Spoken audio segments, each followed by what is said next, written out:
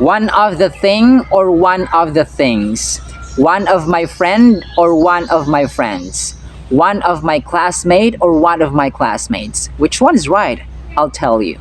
The phrase one of my, one of them should always be followed by a plural subject. Therefore, it is safer to say one of my classmates, one of the things, one of the individuals, one of the students. We're putting it in a sense. One of the students is my classmate.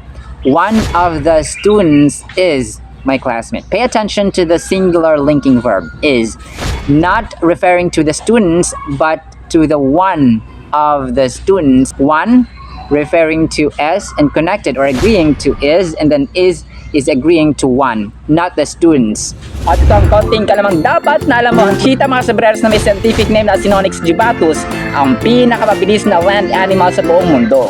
Ang mga cheetah mga sabreros ay may bilis lang naman na 60 miles per hour, or that's more than 93 kilometers per hour. Yan ay according sa Britannica.com. At yan ang konting kalamang dapat na alam mo. Muli po ito po sa Kasabrarong Dennis na nagsasabing ang buhay ay mas lalo nagiging masaya, mas lalo nagiging puno ng faith, hope, and love pag si Lord Jesus Christ ang ating Panginoon tagapagligtas at pag-asa. Muli po, maraming salamat po sa sumasama sa journey ng learning, ng wisdom, ng knowledge. See you sa next segment. Paalam po, bye-bye!